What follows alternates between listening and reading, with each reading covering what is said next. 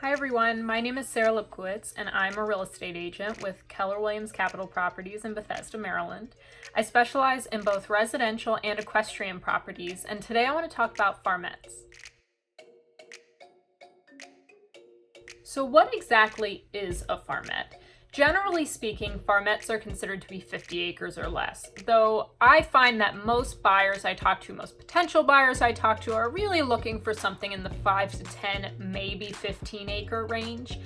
And it's really important to keep in mind what you plan to do with the property. If you just want to raise some chickens and maybe grow some of your own fruits and vegetables, you really probably don't need more than maybe 1 or 2 acres.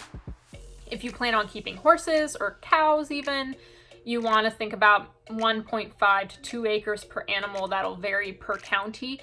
There are some restrictions county by county in Maryland on how many animals you can keep per acre. I would say that really it's very important to keep in mind what your other commitments are as well. Some people find that 5 acres for their 2-3 horses they plan to move home is plenty.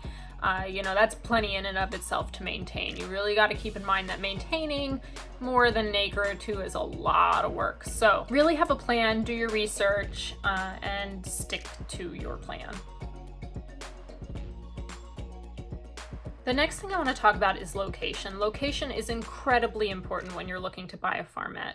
Most farmette buyers and owners have day jobs, so they need to think about their commute. But you also need to think about things like, is the property in a floodplain? Is it zoned for, whatever use you plan to use it for? But, it's important to keep in mind that some counties, ag zoning allows you to do pretty much whatever you want with the property, and in some counties, you may not be able to breed animals. You can keep them, but you can't breed them.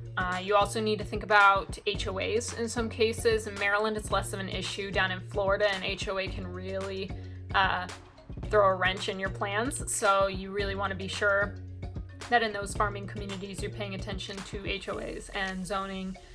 And you really just want to make sure that it's going to be convenient, because if you're going to work and then coming home and taking care of the animals, you want to make sure that you're not dealing with a 2-hour commute each way.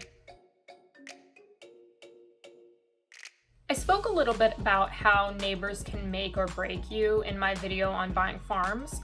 And it's really common with farmettes, especially in Maryland, to see them pretty close into the district and Baltimore. And it's not uncommon to see a farmette sandwiched in between 2 housing developments or between a business and a housing development. And you really just want to make sure that you and your animals are going to be comfortable on the property. It's a very good idea to make sure that you're staying on top of any zoning changes, any plans that the county has. If they're going to widen a road, that's going to cut into your pasture. If they are going to build a new housing development, if they're going to change the zoning.